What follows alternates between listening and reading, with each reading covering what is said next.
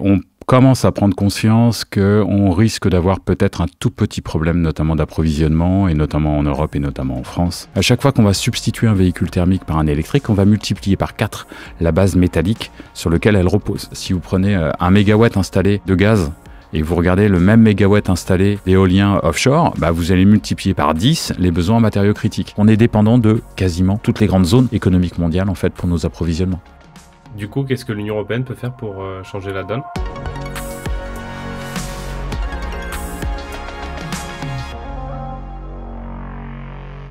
Si vous écoutez ce podcast, je n'ai certainement pas besoin de vous convaincre que la transition énergétique est indispensable.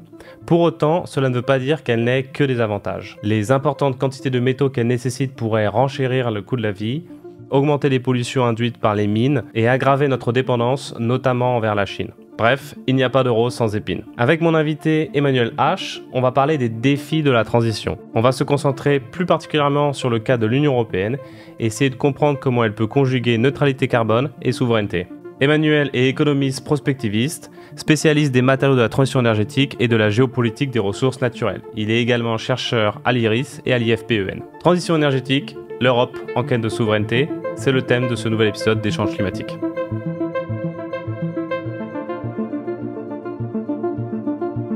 Bonjour Emmanuel H. Bonjour. En septembre 2023 est paru votre dernier livre « Métaux, le nouvel or noir », coécrit avec Benjamin Louvet et publié aux éditions du Rocher. Je me suis amusé à taper « nouvel or noir » dans Google et l'écrasante majorité des résultats font référence à la donnée, à Big Data. Or, toutes les technologies du numérique qui produisent ces données sont fabriquées à partir de métaux. Est-ce que vous pensez que dans la culture populaire, comme dans les plus hautes instances politiques, on ne donne pas assez d'attention à la question des métaux ? Ah oui, on ne donne pas assez l'attention aux métaux, tout simplement parce que on a complètement oublié que le monde était métallique et il va être de plus en plus métallisé avec notamment ce qu'on appelle les doubles transitions, la transition digitale, transition énergétique. Et on commence à prendre conscience qu'on risque d'avoir peut-être un tout petit problème, notamment d'approvisionnement, et notamment en Europe et notamment en France. Et donc on commence à s'organiser.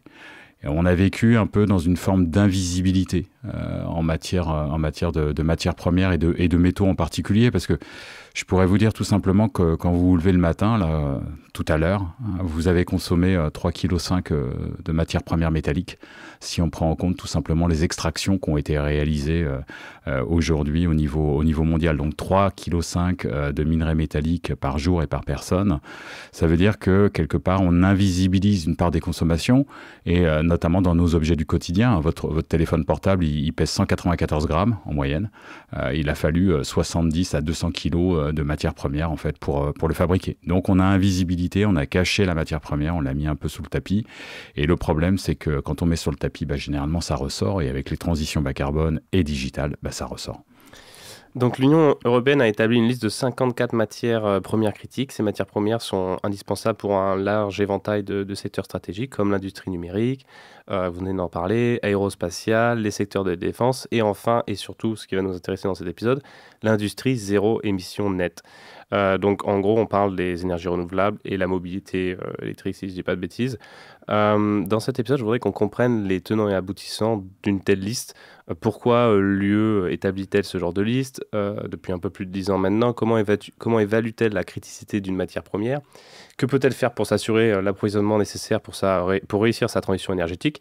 Mais avant ça, je propose de commencer un peu par la base. Qu'est-ce qu'une matière première?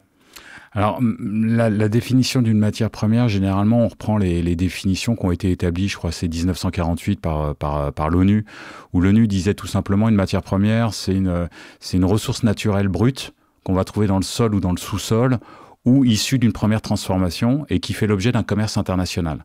Alors, c'est un élément, c'est vrai que ça fait très définition, ça fait très sémantique, mais quand on parle de matière première, ça veut dire quoi? Ça veut dire que on va aller regarder à la fois le sol et le sous-sol, bien évidemment, mais surtout, par exemple, si vous prenez la question des minerais, dont on va parler beaucoup aujourd'hui, la question des minerais, le minerai de cuivre, c'est pas forcément une matière première. Par contre, le cuivre, quand il va être transformé, ça va être une matière première, parce que le minerai fait pas forcément l'objet de grandes transactions. En tout cas, on va essayer de le concentrer à un minima. Donc, c'est ça, une matière première. Et on a différentes terminologies pour parler de matière première. Vous voyez, on parle de matière première, on parle de ressources naturelles. Les Anglais parlent de commodity. commodities, qu'ils opposent un peu à ce qu'on appelle les utilities, c'est-à-dire le réel versus le service. Vous voyez. Et donc, quelque part, la matière première, on pourrait presque trouver une nouvelle définition, c'est tout ce qui nous sert à vivre matin, midi et soir, nous loger, nous chauffer, toutes les infrastructures. Mais votre livre se concentre quand même plus particulièrement sur les métaux, donc c'est un type de matière première. Est-ce que quand on parle de transition énergétique, on parle spécifiquement des métaux ?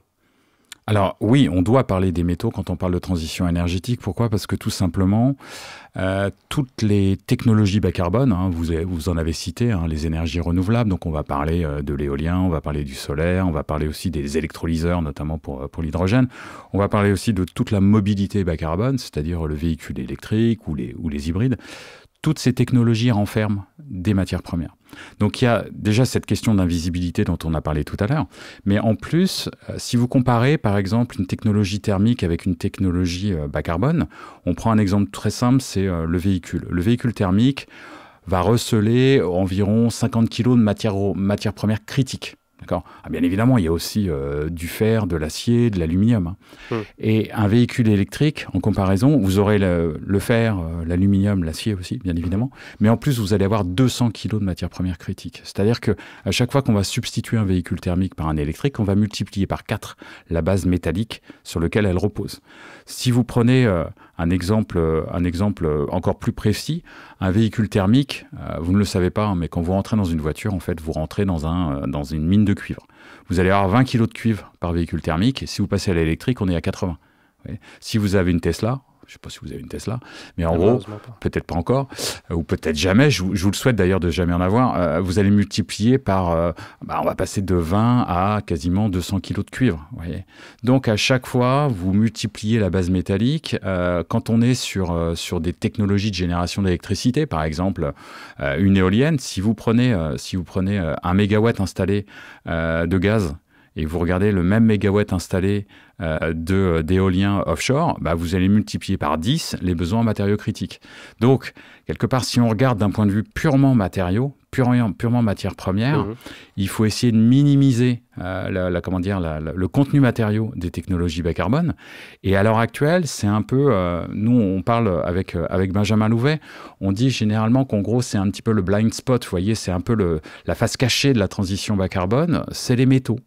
Pourquoi ? Parce que, encore une fois, les personnes qui font des scénarios de transition bas carbone, que ce soit l'Agence internationale de l'énergie, que ce soit même au niveau européen ou au niveau français, pendant très longtemps, ils ont ignoré cette question métallique. Alors, heureusement, ils se sont réveillés en 2021, rapport de l'AIE, l'Agence internationale de l'énergie très, très intéressant sur le sujet, 2023 aussi en France.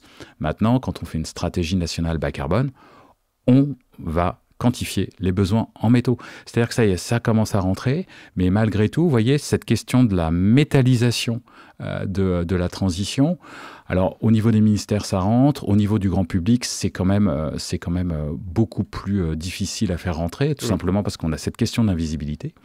Et c'est aussi pour ça qu'on a écrit cet ouvrage. Mais qu'est-ce qui fait que ces technologies bas carbone par rapport aux autres demandent autant de métaux ? Quelles sont les propriétés recherchées dans la diversité et dans la quantité de métaux qui apportent quelque chose de différent à ces technologies ? Moi, j'ai toujours l'habitude de dire que les métaux, ce sont des leviers des technologies bas carbone. Pourquoi ? Parce que certains métaux vont avoir notamment des qualités d'ultraconduction. C'est-à-dire que vous allez pouvoir faire passer beaucoup plus rapidement à la fois de l'électricité ou comment dire, des choses très tactiles. Si vous prenez par exemple votre téléphone portable, personne ne s'interroge de savoir pourquoi, quand il touche son écran, il va avoir une application qui se lance. Et ça, c'est que tout simplement, vous avez certaines terres rares qui ont la capacité électrique ou électrochimique de supraconductivité. On a des métaux qui vont permettre notamment une meilleure résistance à la chaleur. On a des métaux qui vont permettre notamment d'accélérer certaines fonctions. Donc, si vous voulez, pendant très très longtemps, on a considéré que ces métaux, c'était des leviers des technologies bas carbone. Et ce sont des leviers. Si le numérique s'est autant répandu, si les technologies bas carbone se sont autant répandues et qu'on a eu notamment une baisse des prix aussi importante, notamment sur les panneaux solaires ou sur l'éolien, c'est parce qu'on avait en gros une hausse des rendements de ces technologies. Et comment on a obtenu cette hausse des rendements? Tout simplement parce qu'on avait un contenu métallique avec des qualités extraordinaires. Et notamment, j'allais dire, les matériaux dont on parle le plus en termes à la fois de conductivité, de résistance, ce sont les terres rares. Tout simplement parce qu'elles ont permis notamment cette révolution numérique, et elles ont permis notamment dans les technologies éoliennes. Les terres rares en soi, elles sont intéressantes parce qu'on les fait rentrer dans des aimants permanents. Et ces aimants permanents, c'est ce qui permet à certaines éoliennes, parce que pas toutes, il n'y en a pas partout, ou aux moteurs des véhicules électriques de fonctionner avec un rendement intéressant. C'est un peu comme si qu'avant on avait des technologies, moteurs thermiques, centrales à charbon un peu triviales, et qu'aujourd'hui on était passé à quelque chose de beaucoup plus élaboré, qui nécessite beaucoup plus de... J'irai pas jusque-là parce que le véhicule thermique de dernière génération, il est très très fonctionnel, et il y a déjà pas mal de matériaux critiques. Mais dans le véhicule électrique, ce qui se passe, c'est que vous avez une batterie. Et la batterie, elle peut peser entre 100 et 400 kilos. C'est pas la petite batterie traditionnelle en plomb qu'on connaît. Et cette batterie-là, elle va contenir du cobalt, du lithium, du manganèse, du cuivre. Donc vous allez avoir quelque part, un réservoir à matériaux critiques. Donc dans votre livre, c'est aussi, comme vous avez dit, le but c'est un peu de se réveiller. J'ai une question qui est volontairement naïve pour introduire un peu le propos. Pourquoi l'Union européenne devrait-elle se soucier de son approvisionnement en matières premières pour ces technologies bas carbone, et ne pas juste importer de pays des biens à moindre prix? Donc pour ceux qui ont fait de l'économie, on a tous étudié, peut-être premier ou deuxième cours, l'avantage comparatif de David Ricardo, qui dit que si chaque pays produit le bien pour lequel il est relativement plus efficace comparé à l'autre, et qu'un commerce entre les deux se met en place, tout le monde en sort gagnant. Par exemple, les panneaux solaires chinois sont bien moins chers aujourd'hui que les Européens. Pourquoi on ne peut pas juste les importer pour accélérer notre transition Parce que ce que vous décrivez, c'est un monde économique idéal. J'ai presque envie de vous dire, et il n'y a pas de provocation, hein. En disant ça, vous vivez dans le monde des années 1990, c'est-à-dire vous vivez dans la période de la mondialisation heureuse, dans lequel, en gros, on se souciait plus des questions de dépendance et de souveraineté. Pourquoi? Parce que tout simplement, rappelez-vous, 91, chute de l'URSS, on a une hyper puissance qui s'appelle les États-Unis, qui va prôner la mondialisation, et là, on va être dans ce que vous décrivez. C'est-à-dire que, par exemple, notamment en France, en Europe, même aux États-Unis, on va commencer à se dire, bon, ce qui n'est pas essentiel sur notre territoire, ce qui est industriel et un peu polluant, on va essayer de le délocaliser. Pourquoi? Parce que ça coûte moins cher à aller faire fabriquer en Asie, en Amérique latine ou en Afrique. Et pourquoi on a cette politique, cette stratégie? Parce que justement, les questions de dépendance, les questions de souveraineté, elles passent au deuxième, voire au troisième plan. Ce qui est important, c'est d'aller minimiser les coûts. Donc on fait comme vous dites, c'est-à-dire qu'on va aller chercher là où c'est le moins cher. Le problème, c'est que ça marche très bien quand vous êtes dans un monde très idéal, sans confrontation, sans conflit. On a un premier réveil quand même autour des années 2008, 2009, 2010, lorsque la Chine, on s'aperçoit que la Chine, elle produit plus de 90% des terres rares ou lourdes, et qu'elle fait un embargo. Alors, elle fait pas exactement un embargo, elle va dire tout simplement, je vais restreindre mes exportations. Et là, le Japon, les États-Unis commencent à s'inquiéter en fait de cette dépendance. Et c'est pour ça d'ailleurs qu'en Europe, on commence à faire une liste de matériaux critiques en 2011. C'est tout simplement parce qu'il y a cette espèce de réveil qui nous fait dire, mais il n'y a pas que la minimisation des coûts qui est important. Et du coup, on se réveille, mais on se réveille peut-être un tout petit peu trop tard. Pourquoi? Parce que malheureusement, on a fait des choses, on a fait des listes, mais vous savez, moi aussi, je fais des listes de courses, hein, d'accord? Mais moi, il n'y a pas il n'y a pas de conséquences si des fois j'oublie un ingrédient en fait en allant au supermarché le soir. Au niveau européen, le problème, c'est que faire une liste, c'est bien, mais après, il faut regarder pourquoi le sujet il est central pour l'Europe. Il est central parce qu'on n'est pas très bien doté en ressources naturelles. C'est quelque chose c'est un petit peu malheureux, hein. C'est un peu ce qu'on appelle la géopolitique géologique. Mais si vous regardez nos concurrents, les États-Unis, c'est un grand pays minier. C'est un grand pays attractif aussi d'un point de vue minier. Ça, c'est très, très important. C'est-à-dire que les investisseurs, quand ils regardent les États-Unis, ils se disent « Ah oui, je peux aller développer des mines ». Et puis, aux États-Unis, il y a la possibilité à la fois fiscale et même, j'allais dire, en termes de droit du sol, de le faire. En Chine, c'est un grand pays minier. Hein, d'accord ? Et ils développent aussi, ils ont beaucoup de ressources sur leur territoire. En Europe, on avait des ressources, beaucoup en charbon bien évidemment, on a des gisements, attention, je ne dis pas qu'on n'est pas du tout doté, hein, mais comparativement à nos deux concurrents, hein, on est moins doté. Et pourquoi je parle de concurrence ? Parce qu'en fait, on oublie aussi quelque chose, c'est qu'on n'est pas tout seul en Europe et en France à vouloir faire cette transition bas carbone. C'est-à-dire qu'à un moment, on se retrouve en concurrence. Et donc du coup, ce que vous avez dit, effectivement, c'est vrai dans les années 90, c'est vrai au niveau des années 2000. Et c'est moins vrai, pourquoi ? Parce que le monde est conflictuel et en matière prospective, si vous voulez, quand on fait des exercices, on se pose la question de savoir si on ne va pas retourner vers un monde un tout petit peu de blocs, notamment. Et ça voudrait dire quoi ? Ça veut dire des chaînes de valeur qui sont plus celles qu'on a connues dans les années 2000. Et ça, c'est fondamental de se réveiller. Pardon. C'est fondamental de se réveiller. Pourquoi ? Parce que au niveau européen, on a perdu la culture industrielle. Donc en gros, on est moins doté et l'industrie, c'est pas forcément, enfin en tout cas, ça n'a pas été pendant très longtemps l'alpha et l'oméga des politiques européennes. Donc on a ce double désavantage. Pas bien doté, perte de la culture, c'est même un triple, et moins de politique industrielle au niveau européen. Donc envers quel pays ou quelle région du monde aujourd'hui on est le plus dépendant pour les matières premières ? On est dépendant. Alors, ça dépend où on se situe dans la chaîne de valeur. Parce que ce qui est intéressant de voir, c'est que la question des technologies bas carbone, il faut pas l'avoir uniquement sur les métaux. Vous avez cette chaîne de valeur où, en gros, on a des minerais. Après, on transforme ces minerais en métaux. Et ces métaux, ils rentrent dans des technologies bas carbone, notamment dans des batteries ou dans des panneaux solaires, comme vous l'avez dit, ou dans de l'éolien. Au niveau, j'allais dire, de la matière brute, on apporte très peu au final de matière brute par rapport à nos concurrents. Pourquoi ? Parce qu'on n'a plus énormément d'industrie de transformation sur le territoire. Après, on va être dépendant, on va dire, en grande partie de la Chine, notamment pour tout ce qui est batterie. Pourquoi ? Parce que la Chine, elle raffine entre 60 et 70% en gros de tous les matériaux des batteries.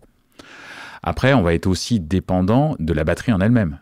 C'est-à-dire que moi, j'entends beaucoup à l'heure actuelle des personnes nous dire il faut investir dans les gigafactories. Oui, sauf que si vous ne sourcez pas les matières premières qui rentrent dans les batteries, vous avez un problème. Donc en gros, on est dépendant de la Chine, en particulier sur tous les segments véhicules électriques, on va dire batteries, plus métaux raffinés. Après, on est dépendant aussi de l'Amérique latine, notamment du Chili, lorsqu'on veut transformer le lithium, parce qu'il y a des pays en Europe qui transforment le lithium. On est dépendant de l'Australie, qui est un énorme pays minier, et c'est véritablement l'Eldorado sur lequel il va falloir s'appuyer dans les années qui viennent.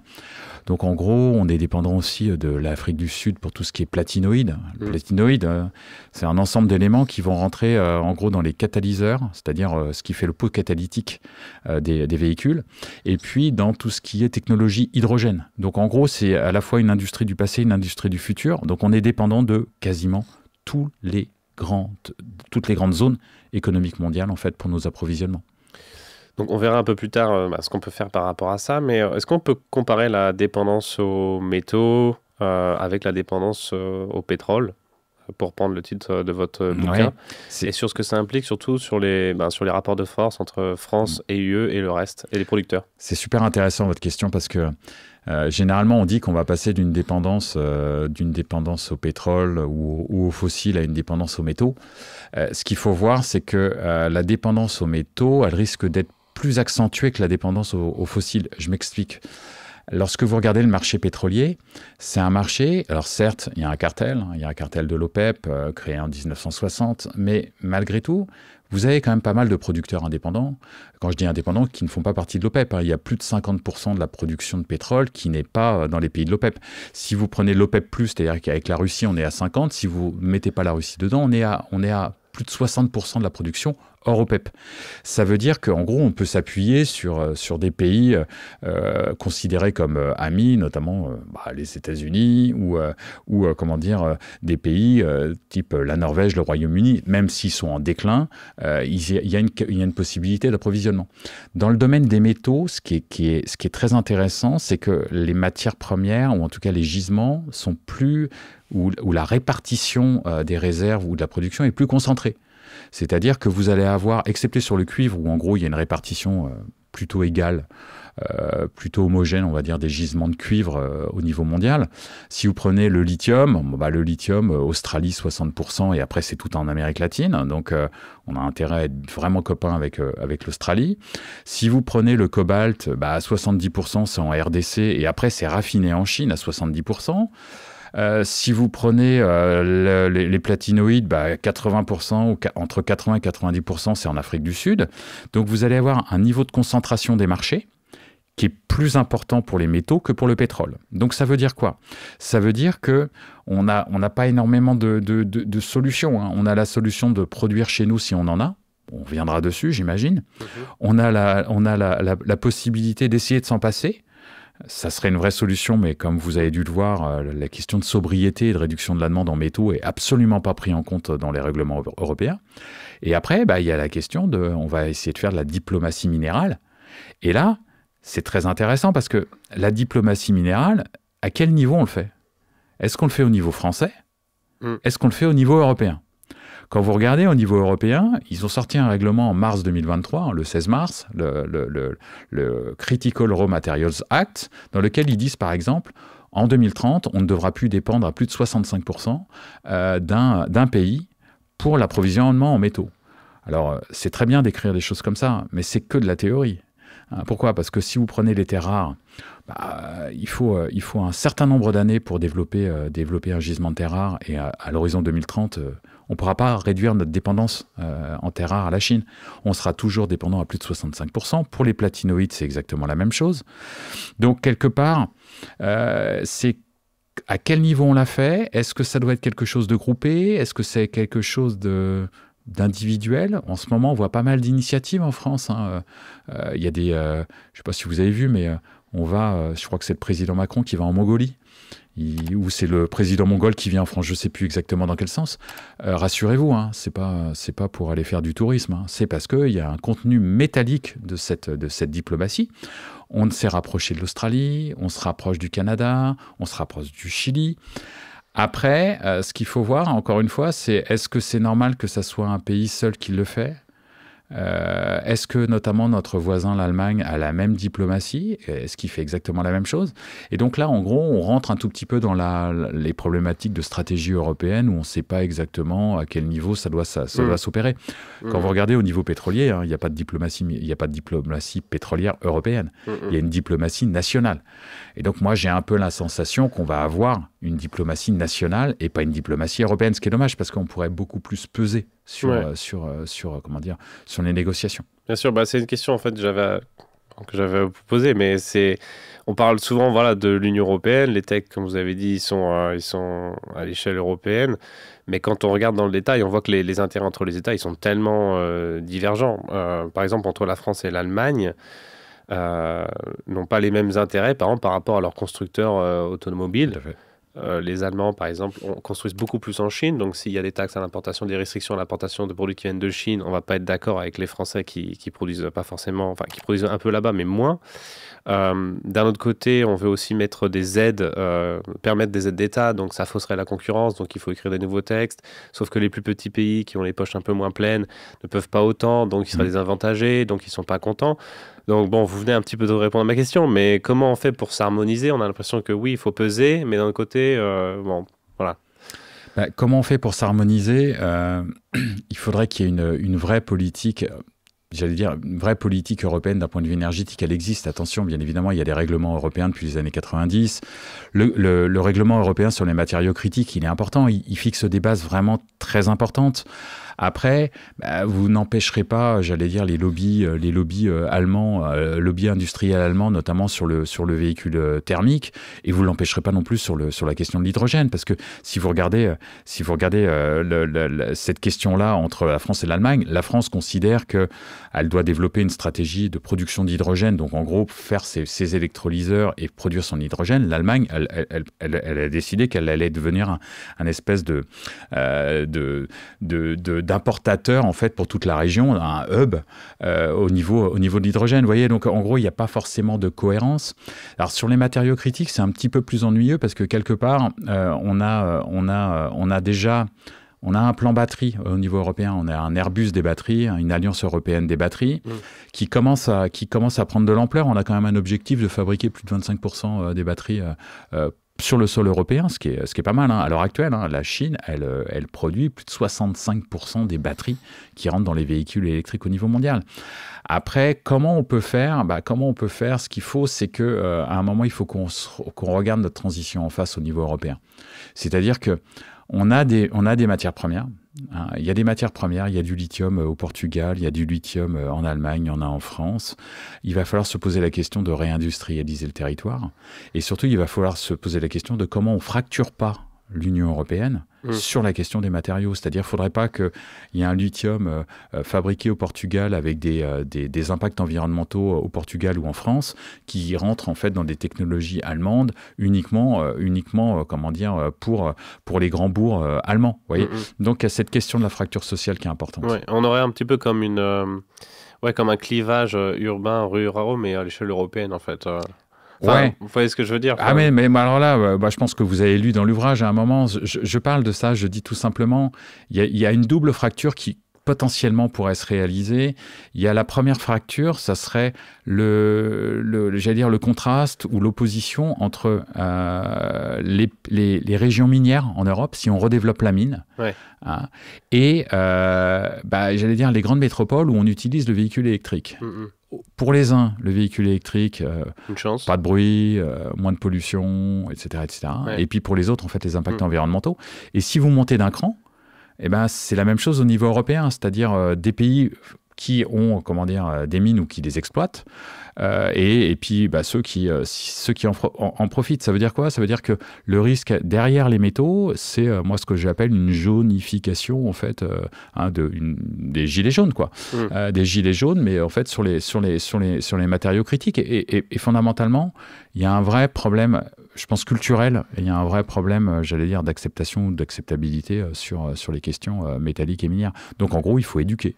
Oui, donc en Europe, refaire des mines en Europe, ça peut être une opportunité. Donc dans ce texte de l'Union européenne, je crois que c'est un objectif de 10% de production de ce qu'on utilise. Donc cette question de l'acceptation sociale, qu'est-ce que vous proposez pour l'améliorer? Parce que, comme vous venez de dire, on est un peu les champions du monde du not in my backyard, enfin des NIMBY. Qu'est-ce qu'on peut faire? Est-ce qu'il faut que chacun prenne sa part, chacun ait sa petite mine, ou qu'on donne, peut-être que les gens puissent bénéficier financièrement des fruits de la mine aux alentours? Alors, après, je sais pas si on est champion du monde pour le coup, parce qu'il y en a un peu partout du NIMBY. Mais après, en fait, mais vous avez deux solutions. Et quelque part, c'est deux mondes différents qui s'offrent à nous. Le premier monde, c'est le monde de « j'en consomme moins ». Ouais. Encore une fois, je pense que la première approche qu'on devrait avoir quand on parle de consommation de matières premières, c'est comment faire pour s'en passer. Donc ça, c'est quelque chose qui est important avant de penser à développer le territoire. Parce que quelque part, développer le territoire, j'ai presque envie de dire, c'est l'option la plus facile. C'est l'option la moins dérangeante et c'est l'option, j'allais dire, la culturelle qui nous enferme toujours dans le système. On devrait commencer par se poser la question de est-ce que j'en ai vraiment besoin ?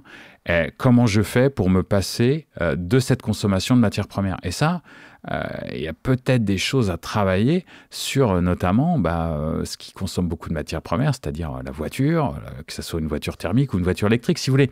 Quelque part, moi, j'ai un peu peur que dans la transition bas carbone, ça se résume juste à de la substitution. Si c'est ça, la transition bas carbone, alors on va peut-être, bien évidemment, on va lutter contre l'urgence climatique. Mais en gros, on aura changé quoi? On va juste repousser le problème de quelques années parce que ça sera peut-être moins une problématique climatique que des pics de ressources, comme on a un pic pétrolier, comme on pourrait avoir un pic des métaux. Voyez. Donc la première chose à regarder, c'est comment je fais pour m'en passer. Ouais. Donc ça veut dire rechercher des solutions de sobriété et surtout, mais travailler cette sobriété au corps, c'est-à-dire penser ça de manière structurelle, mais vraiment structurelle. Moi, j'habite en province. Pour aller à la gare, j'ai pas d'autre option que de prendre une voiture. Est-ce que ça, c'est normal? Non, c'est pas normal parce qu'en plus, ça empêche la mobilité professionnelle des gens. Vous voyez, on peut pas vivre comme on en a envie. Bref. Donc, option sobriété, ça doit être la première à regarder. C'est jamais regarder au niveau des matières premières. Après, il y a la question de l'efficacité. Juste sur la sobriété, genre les volumes qui sont en jeu de développement d'éolien, des solaires, de voitures thermiques, parce que tout le monde on n'est pas tous obligés d'avoir deux voitures, des voitures tout court, des voitures individuelles, 2 voitures individuelles par foyer. On n'est pas obligé d'avoir, évidemment, les SUV électriques sont insupportables. Néanmoins, le fait est que si on veut retrouver de la souveraineté, il va quand même falloir ouvrir quelque chose en France ou alors faire du recyclage. Vous avez prononcé le mot, c'est-à-dire que, à mon sens, vous voulez, plutôt que de mettre en stratégie, on produit déjà, donc on fait de la sobriété. Après, sur les SUV, tout le monde dit que c'est insupportable, mais finalement, pourquoi on le supporte? Culturellement. Je m'explique pas en fait, je m'explique pas pourquoi les gens manifestent pas et disent on veut pas de SUV. On est tous d'accord. C'est surdimensionné par rapport à l'usage. C'est comme les 2 roues qui réveillent tout le monde la nuit à Paris. Hein. Ouais, mais ça veut dire qu'il va falloir travailler au corps, mais culturellement. Après, on peut aller sur le recyclage. Le recyclage, c'est quand même chez vous, chez moi, dans ce studio, c'est une mine. C'est une mine métallique. Et on recycle très très peu. Les taux de recyclage sont absolument désolants. Quand vous regardez même les grands métaux, prenez le cuivre au niveau international, si vous prenez tout secteur, on doit être autour de 45%. D'accord ? Alors il y a des raisons pour qui font qu'on a du mal à augmenter. Hein. Attention, il y a des choses qui sont immobilisées. On ne va pas casser les immeubles pour aller récupérer le cuivre. Oui, ça serait complètement débile. Par contre, à un moment, et là encore une fois, faut se poser la question de comment on les organise, les filières. Parce que moi, j'aime beaucoup les gens qui vous disent « Ah bah tiens, la carte recyclage, vous savez, c'est un peu le joker, ou c'est le véhicule prioritaire aux 1000 bornes. » C'est-à-dire « Ah, j'ai la carte recyclage. » Ouais, mais alors, mettez-vous juste à la place en fait, d'un chef d'entreprise qui veut investir dans le recyclage. Il a quoi comme perspective de gisement de batterie à l'horizon 2025-2030, il n'en sait rien. Comment il fait pour sa ligne de production? Comment il fait pour gérer différents standards de batterie? C'est-à-dire que le recyclage, c'est une belle idée, c'est un médicament, mais c'est pas la panacée, attention. Et quelque part, le recyclage, il doit commencer, j'allais dire, dans les foyers, encore une fois, culturel. Il faut s'attaquer à la racine culturelle de notre surconsommation métallique et de matières premières. Après, effectivement, on peut développer la production. Okay. Donc, on développe la production. Alors, comment on fait? On est raisonnable. Quand je dis on est raisonnable, déjà, il faut faire l'inventaire. Alors, en France, par exemple, il n'y a pas d'inventaire minier depuis 1980. D'accord? En 2023, là, il y a quelques jours, on a décidé qu'il allait y avoir un nouvel inventaire minier. Ça vous montre d'ailleurs comment on s'était bien endormi. Hein. On a un bureau de recherche géologique et minière, le BRGM, dont la fonction, c'est justement de faire cet inventaire. Et ben, on lui avait demandé d'arrêter dans les années 80. Là, ça y est, on va refaire un inventaire. On va pouvoir cartographier avec en plus une modélisation beaucoup plus récente de ce qu'on a. On fait cet inventaire. Une fois qu'on a fait l'inventaire, après, il faut regarder où et comment on le fait. Je vous prends un exemple. Le lithium. On sait déjà qu'il y a des gisements de lithium dans l'Allier. C'est là où Imerys veut développer son lithium. Donc là, vous avez quoi? Vous avez une mine d'argile blanche, hein, c'est du kaolin. La structure industrielle existe depuis, on va dire, la fin du 19e. Il y a un passé industriel, il y a une installation en place. Autre exemple, Tréguennec en Bretagne. Tréguennec, les gisements de lithium qui sont importants se situent, en gros c'est du granit, hein, ça se situe où? Ça se situe dans une zone Ramsar et Natura 2000. C'est-à-dire en gros un lieu où vous avez des oiseaux qui viennent migrer pour se reproduire. Enfin, on va quand même pas aller casser des écosystèmes pour produire du lithium. Troisième exemple, le lithium des eaux géothermales dans le bassin rhénan. installation est déjà en place, et en plus, très très faible emprise au sol, moins de consommation d'eau. Ouais. Chaque fois, il va falloir se poser la question, ok, je développe, mais je développe en minimisant les coûts environnementaux. Alors, Imerys, par exemple, dans l'ALIA, a déjà prévu, par exemple, un acheminement en train. Vous voyez, on va limiter le transport. Après, il y a des problématiques, notamment d'eau, qui vont se poser, parce que c'est aussi, une face cachée de la transition, c'est la question de l'eau. Donc après, comment on fait avec les populations locales? Alors ça, c'est quand même... Et juste sur la RSE ou de l'ESG plutôt de la mine, est-ce que c'est possible de faire une mine entre guillemets propre? Non, alors déjà, mine propre, c'est un peu comme le véhicule propre, c'est comme l'énergie propre, ça n'existe pas. Vous avez forcément une consommation et vous avez forcément des émissions. C'est un oxymore. Bien sûr, ça n'existe pas. D'accord ? Ça n'existe pas et ça ne pourra jamais exister, tout simplement parce que vous avez à traiter des déchets, vous allez avoir des émissions de CO2, il faut produire la technologie qui permet d'extraire dans le sol. Donc c'est pas la peine. Le mot propre n'est pas là. Après, il faut minimiser. Et donc, quelque part, la question de la production, encore une fois, c'est une histoire de regarder la transition en face. Est-ce qu'on préfère continuer à se voiler la face et à se dire « Ok, nous, on fait une transition et on externalise en fait nos productions, nos consommations ou les émissions de CO2 en fait, dans les pays producteurs de matières premières » ou on se dit, on fait le pari, on va développer plus propre, plus soutenable, et c'est le plus qui est intéressant parce que propre et soutenable, ça n'existe pas, chez nous. Et donc, oui, on peut se dire ça, effectivement, on peut se dire ça, mais ça veut dire qu'il faut travailler dès maintenant, et encore une fois, l'approche, elle est autant culturelle qu'économique. Ça veut dire que vous faites quoi? Alors effectivement, il y a tous les systèmes où vous vous dites, tiens, si vous habitez autour de l'installation, vous allez avoir des crédits d'impôt, notamment, je ne sais pas, on peut imaginer ça. Pour l'instant, je ne l'ai pas vu, si vous êtes à côté d'une mine de lithium, vous avez un crédit d'impôt pour acheter un véhicule électrique, vous avez une subvention plus importante. Ça peut être des systèmes.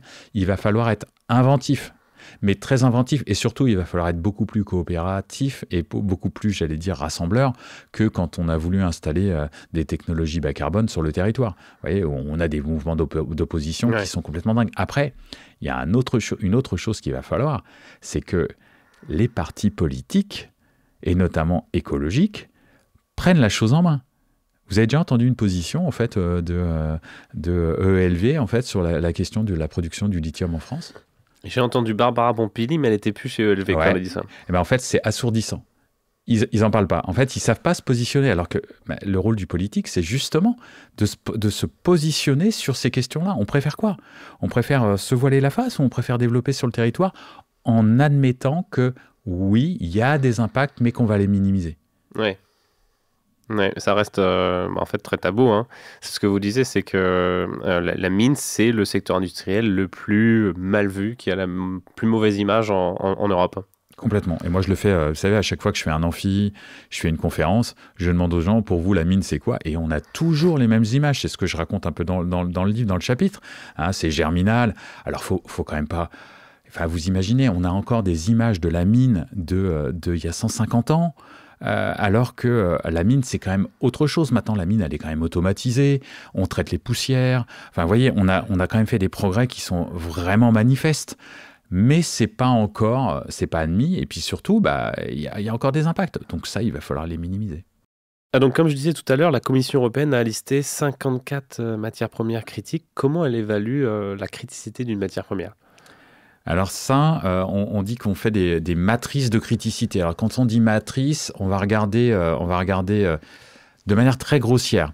On va regarder deux facteurs. On va regarder l'importance économique de la matière première dans l'économie.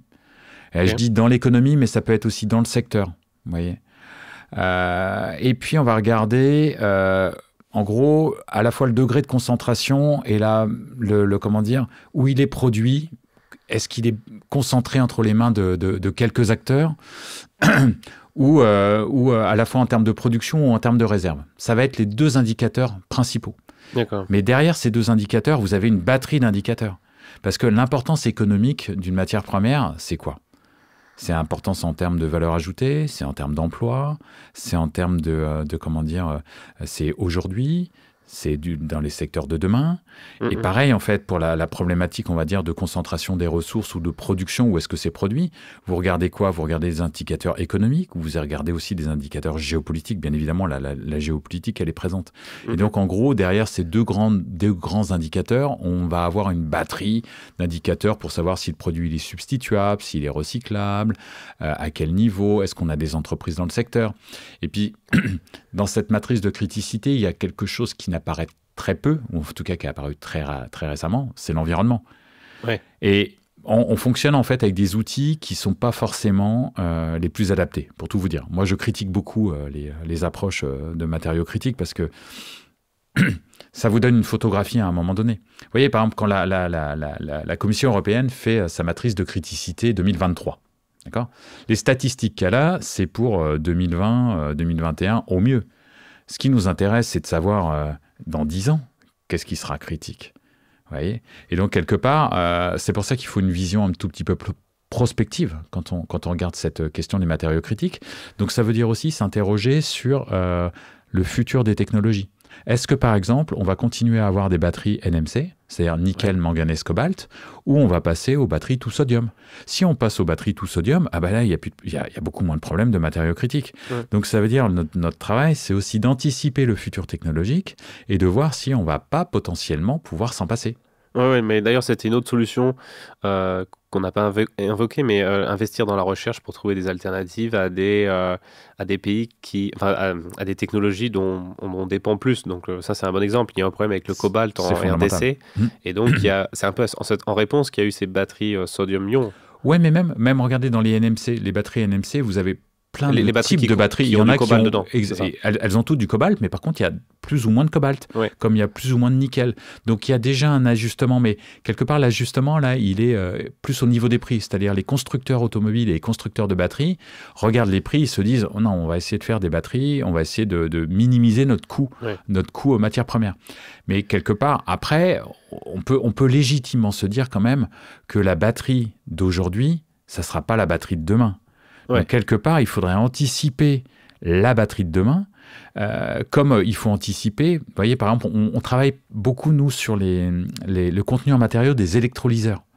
Parce que quelque part, les électrolyseurs, il n'y en a pas beaucoup à l'heure actuelle. C'est pas beaucoup développé, les électrolyseurs qui permettent notamment de faire de l'hydrogène. Ouais. On a mis en évidence, par exemple, qu'il risque d'y avoir une dépendance pour une certaine technologie, notamment aux platinoïdes. Eh bien, à l'industrie, peut-être aussi de s'adapter dès maintenant en se disant quelle technologie je vais proposer au marché d'ici une dizaine d'années. Et donc, vous avez raison, il faut financer la recherche. Il faut financer la recherche en énergie, il faut financer la recherche de manière globale. Et aussi, je reviens dessus parce que franchement, vous allez me dire, c'est son dada, il faut financer des études sociologiques sur le rapport de l'homme avec les matières premières. C'est fondamental. Oui, et puis on comprend aussi mieux le casse-tête de ceux qui veulent investir éventuellement dans le recyclage, avec un avenir incertain au niveau des technologies. Mais vous savez, je pense que la question là, au niveau du recyclage se pose, mais elle se pose aussi même d'ailleurs pour les miniers. Une entreprise minière à l'heure actuelle. Vous pouvez vous poser légitimement la question. Soit vous pensez véritablement qu'on va avoir les mêmes technologies, vous regardez les prix de marché qui ne sont pas assez élevés pour eux, pour investir, et vous vous dites j'investis. Quand on investit dans le minier, une mine, quand vous investissez dans un salar de lithium, il vous faut 5 ans avant la première production. Si vous êtes sur une mine de lithium, vous êtes sur du 7-8 ans. Si vous êtes sur du nickel, on est sur du 12 ans. Si vous êtes sur du cuivre, on peut atteindre 17 ans. C'est-à-dire que ce que j'investis aujourd'hui en 2023, je vais avoir ma première production en 2040. Vous imaginez le risque ? Dans un monde en perpétuel changement technologique, est-ce qu'on va véritablement pouvoir coordonner les besoins aux productions minières? Avec mon co-auteur, avec Benjamin Louvet, on appelle ça la tragédie des horizons. On a potentiellement une problématique d'investissement, par exemple, dès maintenant. C'est-à-dire que, regardez, les besoins entre 2023 et 2030, ils auraient dû être anticipés il y a 10 ans. Or, ils n'ont pas forcément été anticipés. Donc, il y a ça aussi, vous voyez, il y a cette problématique là, qui est purement économique, du décalage temporel, parce qu'on est sur des cycles longs, entre les besoins, le futur technologique et l'industrie minière. Donc c'est extrêmement compliqué.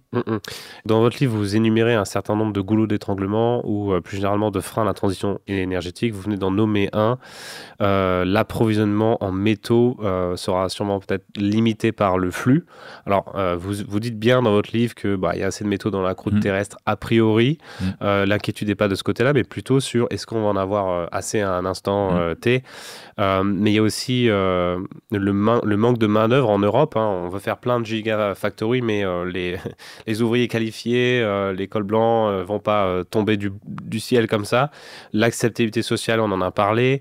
Le calcul géopolitique. Est-ce que si on se rend compte qu'on va pas être dans les temps pour produire assez de batteries, mais que dans le même temps, on veut pas trop être dépendant de la Chine, est-ce qu'on va pas repousser cette interdiction de voitures thermiques qui devait être pour 2035 pour se donner un peu de mou et puis pour se donner un peu de souveraineté technologique.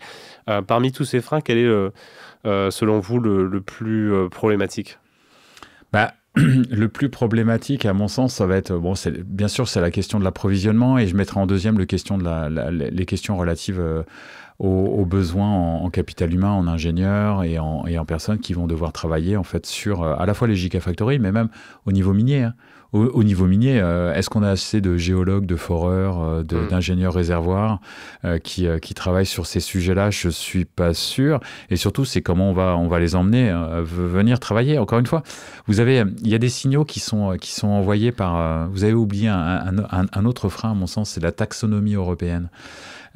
Pourquoi je dis ça? Parce que tout simplement, vous avez un frein à l'heure actuelle au niveau européen. Ils ont fait une taxonomie sur ce qui est vert et pas vert. Ouais. Déjà, la dénomination, il n'y a rien de vert et de pas vert. Il y a du vert pâle ou vert foncé. Ouais. En gros, les technologies bas carbone sont des technologies vertes. Par contre, la mine, non. Et le problème, c'est que ça veut dire beaucoup de choses quand vous dites ça. Ça veut dire que potentiellement, en termes de subventions, en termes d'incitation, il y en aura beaucoup moins. Et surtout, quand vous lisez le règlement européen, quand vous lisez, mais pourquoi en fait on n'a pas... Il y a une phrase, c'est presque... Quand j'ai lu ça, je me suis dit, c'est juste pas possible. Dans un papier de la Commission européenne qui nous explique en gros pourquoi la mine n'a pas forcément été prise en compte de manière globale en fait dans la taxonomie, il est écrit qu'ils n'ont pas eu assez de temps pour regarder en gros toutes les activités minières. Vous vous rendez compte, on a des commissaires européens qui vous disent on n'a pas eu assez de temps pour regarder le problème. Or, si c'est pas dans la taxonomie, donc c'est pas vert, moins de financement, ça veut dire quoi aussi? Je sais pas, vous sortez d'école d'ingénieur. Le secteur minier, déjà, à la base, c'est pas forcément un secteur très attractif, mais en plus, on vous dit, c'est un secteur qui est même pas considéré par la Commission européenne, en fait, comme stratégique, alors qu'il est stratégique. Donc ça, c'est un frein. Ouais. Le frein du nombre d'ingénieurs, c'est bien évidemment fondamental. Et puis après, on va avoir un frein, à mon sens, c'est le frein financier, c'est-à-dire... je ne suis pas sûr qu'on comprenne exactement ce que ça veut dire investir dans le minier. Aujourd'hui, on est autour de 180 milliards d'investissements dans le minier, d'un point de vue global mondial. Il en faudrait 2 fois plus. Ouais. Donc, ça veut dire qu'on est déjà en retard. Et encore une fois, on ne parle pas d'une industrie où on ne parle pas d'une baguette qu'on produit le matin et qu'on consomme le soir. On parle d'un truc où il y a des cycles qui sont très longs, il y a des autorisations, il y a besoin de travailler les parties prenantes. Enfin, même si je n'aime pas ce mot-là. En gros, il y a besoin de travailler avec le tissu régional et ça va prendre beaucoup de temps. Oui, d'accord. Donc, produire le panneau solaire, c'est vert. Par contre, produire la matière première pour faire le matériel solaire, c'est pas vert. C'est extraordinaire. Donc, on condamne un petit peu ce manque d'investissement dont vous parliez. Une autre question. Je vais vous lire la phrase d'une politique que j'ai entendue récemment. C'est fou et trompeur de dire aux citoyens qu'ils vont souffrir de la transition écologique. Donc, peu importe qui l'a dit, mais en lisant votre livre, j'ai eu le sentiment que vous pensiez tout l'inverse.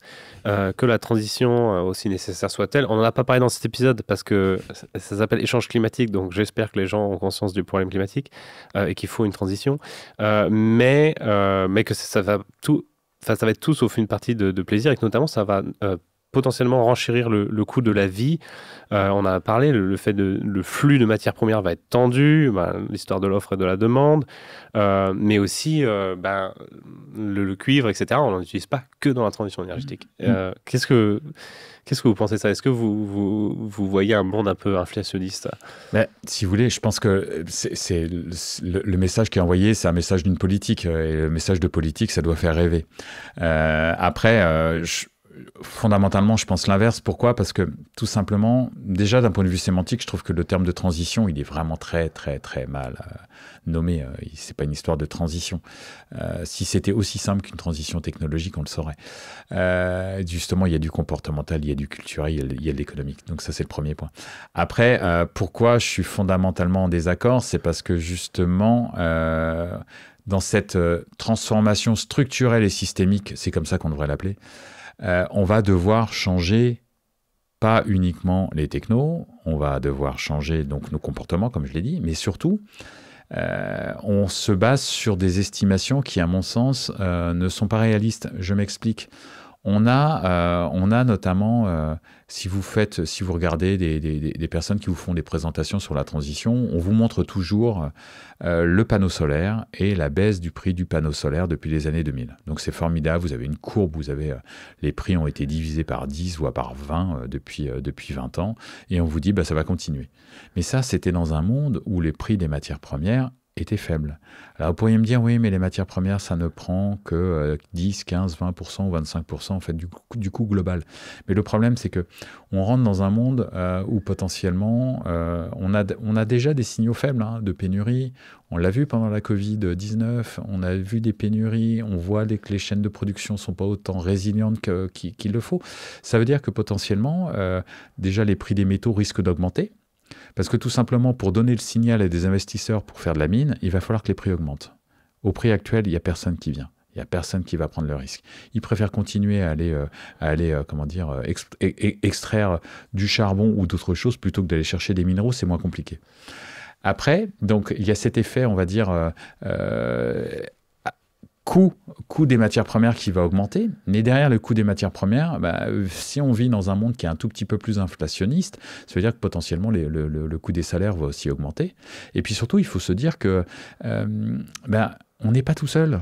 C'est-à-dire que la Chine, qui est le premier raffineur mondial de métaux, les États-Unis, et notamment, on va plutôt prendre tous les pays BRICS, l'Amérique latine, Chine, ou en Asie ou en Afrique, mais ils n'ont plus envie de supporter le coût environnemental. Donc qu'est-ce qui va se passer? C'est chez eux que le coût du travail va augmenter, c'est chez eux qu'on va prendre de plus en plus le coût environnemental en compte. Et donc, par exemple, vous savez, des phrases du type « à l'horizon 2030, un véhicule thermique sera au même prix qu'un véhicule électrique », je pense qu'on se trompe fondamentalement. Et qu'est-ce qu'il faut faire? Il va falloir penser différemment d'un point de vue budgétaire. Et là, on reboucle un peu sur la question européenne. La prochaine question qu'on va se poser au niveau européen, c'est mais comment on fait pour s'affranchir des questions budgétaires dans la transition? Pourquoi? Parce qu'il va falloir subventionner massivement, si on veut véritablement une adoption par exemple plus rapide du véhicule électrique, il va falloir subventionner. Sinon, fracture. La transition, le principal risque, vous savez, avec un collègue, on a écrit un papier en 2017 où on posait la question en fait, de l'équité sociale, 2017, dans le véhicule électrique. On disait tout simplement la chose suivante. Si vous taxez les véhicules thermiques et que vous utilisez cette taxe pour subventionner les véhicules électriques, qu'est-ce qui se passe? Vous allez taxer les pauvres qui sont contraints de prendre leur véhicule pour financer les riches des métropoles qui peuvent acheter des voitures électriques. Vous voyez? Le principal risque de la transition, il est économique parce que vous n'aurez pas cette baisse des coûts, mais il est social parce qu'en gros, la transition, c'est un vecteur de fracture sociale. Donc, derrière la question du coût, moi, je veux bien que les politiques continuent de nous faire rêver. Moi, je pense qu'à un moment, faut être un peu churchillien. Je ne veux pas dire du sang et des larmes, mais malgré tout, il faut qu'on se rende compte que passer d'un monde tout thermique à un monde tout bas carbone, c'est pas simple. Le net zéro, c'est pas simple. 1,5 degré, ça va être un combat de tous les jours. Et surtout, il va falloir dire à tout le monde, on ne s'arrête pas en 2050. Le monde ne s'arrête pas en 2050. Tous les scénarios, c'est du 2050. En 2050, il va falloir redoubler d'efforts après. Parce que, en gros, la problématique climatique, elle continue. Elle va continuer jusqu'en 2100, 2150, 2200. C'est-à-dire qu'en gros, ce qu'on est en train de faire là, on est juste en train de jeter les bases. Donc oui, et oui, le monde d'abondance est peut-être terminé. Et il va falloir un tout petit peu rentrer en fait dans cette transition. Mais quelque part, ce qui nous caractérise humains, c'est notre capacité d'adaptation. Hein, c'est la définition de l'intelligence. Et c'est notre capacité justement à essayer de trouver de la résilience. Alors ça peut être dans le progrès technique, ça peut être dans le comportement. Il va falloir tout mobiliser. Et moi, je préférerais des politiques qui disent on va se mobiliser. Vous voyez, plutôt que des politiques qui disent la transition bas carbone, c'est un long fleuve tranquille. Tout à l'heure, vous disiez que voilà, le pétrole, c'était dans les mains d'un certain nombre d'acteurs quand même. Il n'y avait pas que l'OPEP. Et puis après, vous semblez un peu plus... vous semblez dire que c'était un peu plus contraint pour les matières premières. Qu'est-ce que ça veut dire en termes de rabattement des géopolitiques, de rabattement des cartes au niveau géopolitique? Est-ce que, par exemple, l'Afrique peut émerger? Est-ce que l'Amérique du Sud peut émerger? Les pays d'Asie du Sud-Est? Alors, c'est une excellente question parce que, si vous voulez, on parle toujours des gagnants et des perdants de la transition. En disant, les pays miniers, potentiellement, ils ont des ressources minières et donc ils vont être des gagnants. Alors, oui, de manière théorique. Et là, encore une fois, il va falloir voir s'ils vont pouvoir utiliser leurs cartes. J'ai un actif minier, j'ai une mine, j'ai des réserves, pour véritablement concrétiser ça en termes de développement économique. Et ça suppose, au moins deux choses. La première, ça suppose qu'ils ne restent pas dans le stade de la production primaire. C'est-à-dire, il faut qu'ils investissent ou qu'on les aide à investir, notamment dans le raffinage des métaux. Vous savez, c'est un peu comme dans toute chaîne de valeur. Hein. Quand vous êtes en bas de la chaîne de valeur, dans l'amont, en gros, vous gagnez très très peu. C'est la valeur ajoutée n'est pas là. Et après, vous allez progressivement avoir plus de valeur ajoutée. En tout cas, sur les matières premières, c'est comme ça, sauf sur le pétrole où c'est un tout petit peu plus différent. Mais la première condition, ça va être, en gros, on investit dans la chaîne de valeur. Il y a des pays qui commencent à le faire. L'Indonésie, par exemple. L'Indonésie a décidé de ne plus exporter ses minerais depuis l'année dernière, de nickel. C'est le premier producteur mondial de nickel. Et d'obliger les investisseurs à venir investir chez elle, en fait, pour faire de la transformation. Comme la Chine, il y a 30 ans. Exactement. Donc ça, c'est une condition sine qua non. C'est-à-dire, en gros, on se dit, on va pas faire comme dans les années 60-70, on va lutter contre ce qu'on appelle, vous savez, la malédiction des ressources naturelles, hein, ce qu'on appelle resource curse. Et donc, faut pas qu'on tombe dans, je suis désolé, en anglais, c'est beaucoup mieux, faut pas qu'on tombe dans une energy transition curse. Vous voyez, une espèce de maladie de la transition énergétique. Et donc, ça suppose qu'on investisse dans la chaîne de valeur. Ça, c'est la première condition. La deuxième condition, il va falloir faire attention à la Chine. Alors, quand je dis attention à la Chine, il n'y a pas de... l'a priori, il est suivant. La Chine, elle a fait des concessions avec les principaux pays miniers depuis près de 20 ans. Et quelque part, son objectif, c'est pas que forcément, justement, ces pays investissent dans la chaîne de valeur, parce que c'est elle qui la contrôle. Donc, à un moment, il va falloir se poser la question de comment on peut proposer, par exemple, les pays européens, un modèle alternatif aux pays d'Amérique latine, aux pays d'Afrique et aux pays d'Asie, hein, parce que l'Asie, c'est quand même l'un des centres aussi de la production minière. Qu'est-ce qu'on propose comme alternative, comme modèle industriel? Et donc là, les mêmes questions se posent que sur la mine, c'est-à-dire comment on peut proposer un modèle industriel plus écologique, plus respectueux de l'homme. Et donc ça veut dire quoi? Ça veut dire qu'à un moment, si vous faites ça, si tous les standards environnementaux, humains, ils augmentent, les prix augmentent. Et donc, quelque part, on reboucle un peu sur notre question de est-ce que la transition bas carbone elle va coûter plus cher? Oui. On terminera sur ces mots. Merci Emmanuel H. Merci beaucoup.